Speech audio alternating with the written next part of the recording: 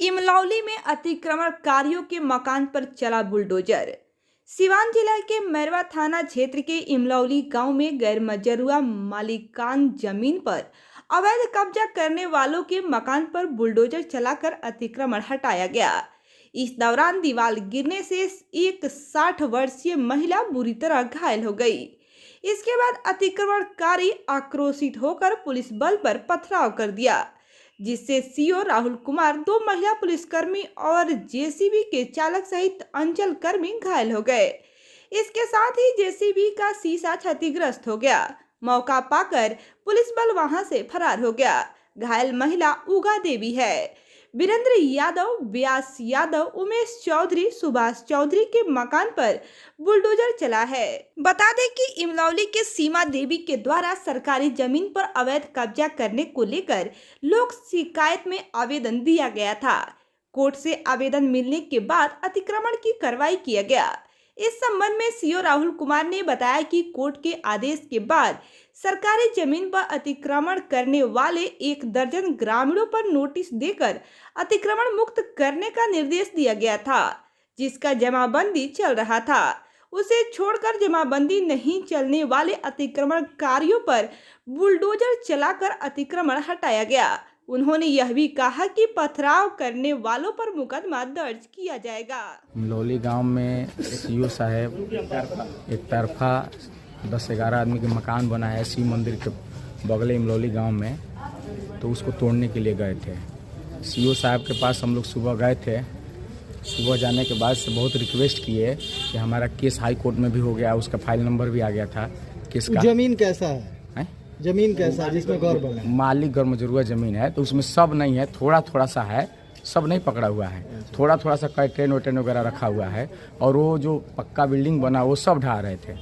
इसी की वजह से वहाँ बवाल हुआ।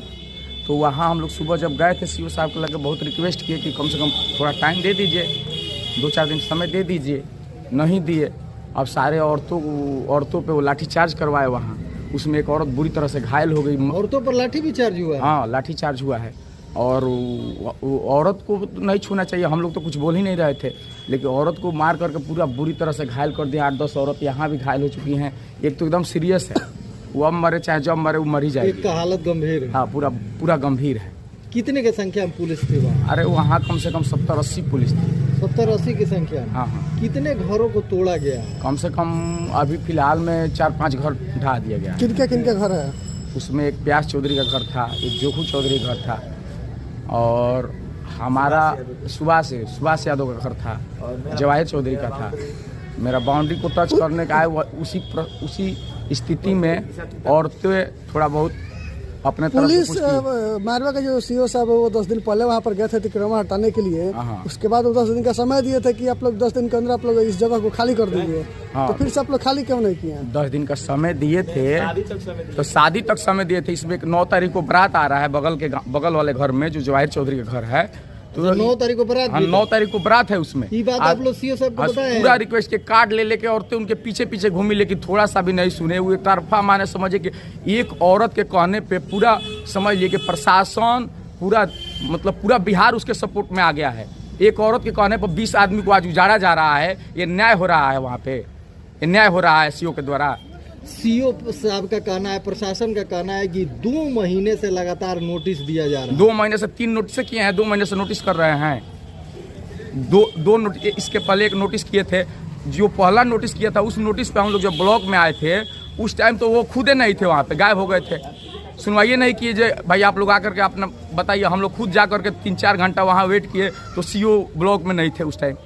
उसके बाद से दूसरा नोटिस तुरंत कर दिया अपने मन से। कितने घरों का नुकसान हुआ है? कम से कम 4-5 घर का नुकसान हो चुका है अभी तक, लेकिन उसमें कम से कम 12-13 घर सब ढहाने वाले थे वो फाइनल। क्या क्या तबाह हुआ है? बहुत कुछ तबाह। बिल्डिंग जो ढलाई हुआ सब गिर गया। आप सामने देखबे किए हैं, नहीं कहते क्या? वहाँ देखा गया कि पथराव भी हुआ इस मामले को लेकर के। तो पथराव औरतें पर था भाई, जिसका टूटेगा वो हल्ला नहीं करेगा। घर एक दिन में बनता है। आज उन्हीं के ऊपर एक काम होता तो क्या करते? वो आज पावर में है तो अपना पावर दिखा रहे हैं। अगर उन्हीं के ऊपर ये विपत आ जाए तो क्या करेंगे लास्ट में? क्या मांग? घर एक ड्रीम प्रोजेक्ट है हर इंसान का, ये उनको ये समझना चाहिए। आसानी से घर नहीं बनता है। घर बनाने के लिए कितना परिश्रम करना पड़ता है। क्या करेंगे और क्या मांग करेंगे आप? हम यही मांग कर रहे हैं कि हाई कोर्ट में मामला चल रहा है। वो स्टे ऑर्डर आने तक वो कुछ भी न करे, किसी को नुकसान न कराए, क्योंकि घर बनाना इतना आसान नहीं है। घर बनाने में एक इंसान का पूरा जीवन लग जाता है। अपना नाम बता दीजिए। हमारा नाम है सत्यु कुमार यादव, घर घर इमलौली।